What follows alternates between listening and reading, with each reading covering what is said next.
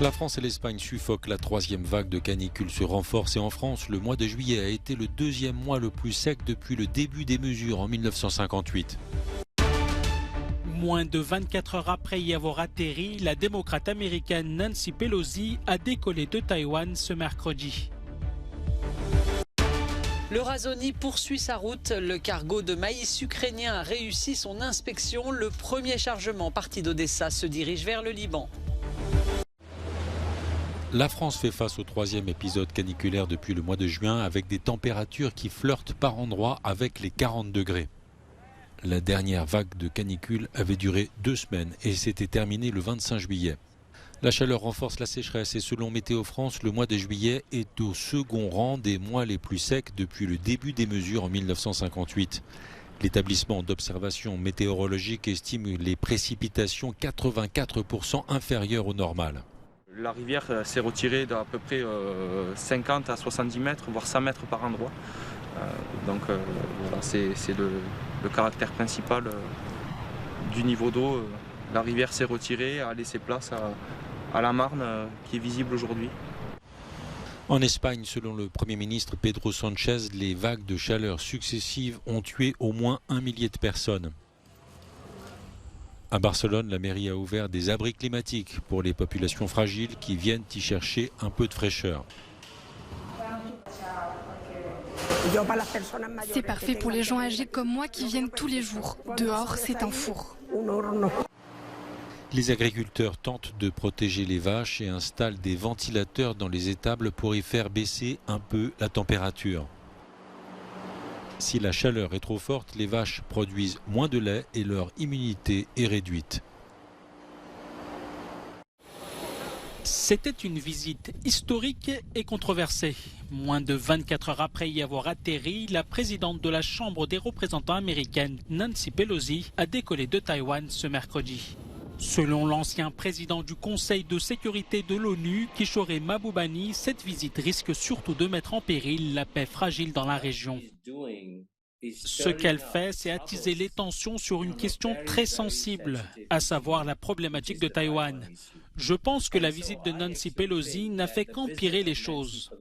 Nous devons donc essayer de préserver la paix et le calme dans le détroit de Taïwan, et c'est ce que veulent tous les États asiatiques. La meilleure façon d'y parvenir est de s'en tenir au statu quo, et ainsi la paix sera préservée. En réaction à cette visite, Pékin a déployé ce mercredi une série de sanctions commerciales contre Taïwan ainsi que des exercices militaires près de l'île. Depuis l'arrivée au pouvoir en 2016 de l'actuelle présidente issue d'un parti pro-indépendance, Pékin augmente sa pression sur Taïwan. Feu vert pour le Razoni. Les 20 inspecteurs ont terminé le contrôle du chargement de céréales ukrainiennes au large des côtes turques. Ce navire qui attire toutes les attentions, c'est le premier depuis le début de la guerre à avoir quitté l'Ukraine avec son chargement. 26 000 tonnes de maïs parties du port d'Odessa lundi matin. Au terme d'un accord conclu le 22 juillet, le cargo devait subir une inspection à Istanbul par des représentants russes, ukrainiens, turcs et onusiens avant de poursuivre sa route vers Tripoli au Liban. Selon les experts, le maïs serait destiné à nourrir les volailles. La reprise des envois vers les marchés mondiaux de céréales ukrainiennes est une source d'espoir pour de nombreux pays touchés cruellement par ce dommage collatéral du conflit en Ukraine. 27 bateaux attendraient leur départ des ports ukrainiens. 20 millions de tonnes de céréales sont bloquées en Ukraine, grenier de l'Europe.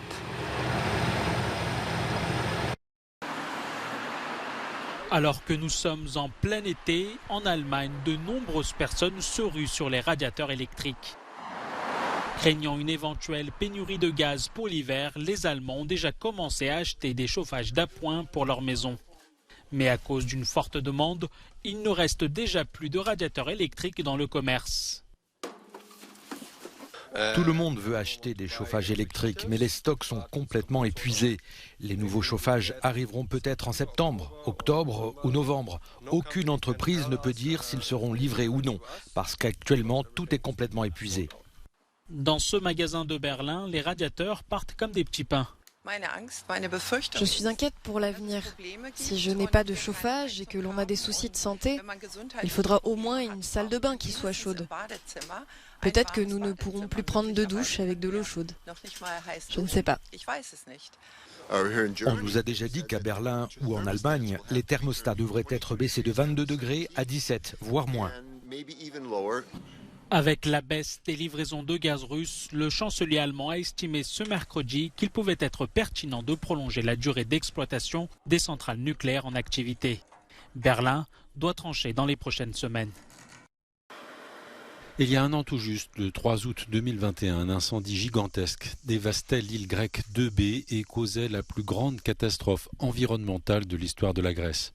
L'incendie a duré 10 jours, 200 000 hectares de forêt et de cultures ont été brûlés. Nikos Dimitrakis est un apiculteur d'Eubée. L'année dernière, il a réussi à sauver sa maison des flammes, mais il a perdu plus de la moitié de ses abeilles. La plupart des apiculteurs ont subi des dommages importants. Beaucoup ont abandonné. Les pins ont brûlé et les abeilles n'ont plus rien à manger. Mais nous, on va continuer, même si le gouvernement a beaucoup promis, mais n'a pour l'instant rien fait. En plus des hectares de forêt de pins, des élevages ont péri dans l'incendie, des fermes et des entrepôts ont été réduits en cendres. Dimitris Dimou est à la fois éleveur et apiculteur.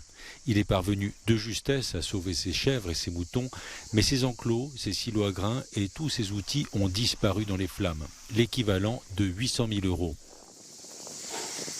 €. Les autorités ont parlé d'un nouveau programme spécial de reconstruction, mais on attend toujours. C'était censé commencer en février, maintenant on parle d'octobre.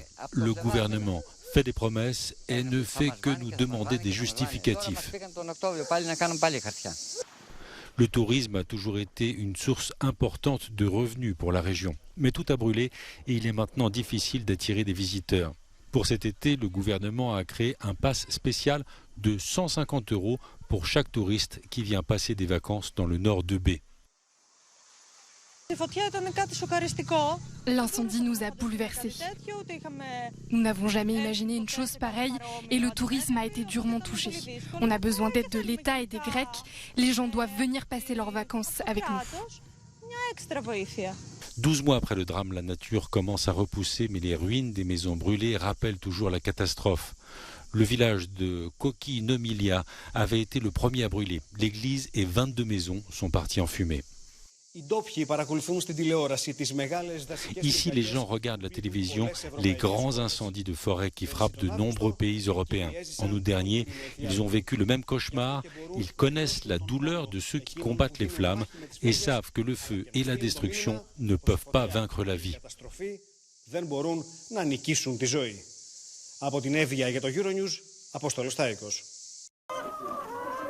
Pendant des années, élever des poules ressemblait davantage à une corvée qu'à un commerce florissant pour Danaï Bochora.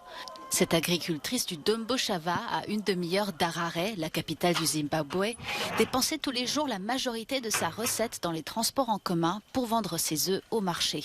Elle se déplace désormais en tricycle électrique, un véhicule rouge équipé d'une grande remorque et de panneaux solaires qui la soulagent financièrement, mais aussi physiquement.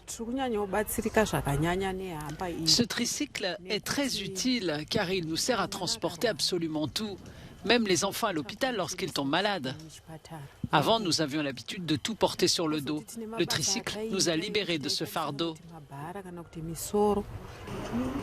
Ces tricycles sont arrivés au Zimbabwe il y a 3 ans. Financés par l'Union européenne, ils sont fabriqués directement à Harare et distribués par la jeune entreprise Mobility for Africa dirigée par Fadzai Mavuna. L'idée n'est pas seulement de profiter de cette zone périurbaine, mais d'aller aussi dans des zones rurales où les distances sont plus longues et où de nombreuses agricultrices cumulent différentes tâches ménagères et activités pour gagner leur vie. Ainsi, nous espérons pouvoir nous étendre à des zones plus marginalisées où nous pourrons aider des femmes à mener à bien leurs activités quotidiennes à l'avenir.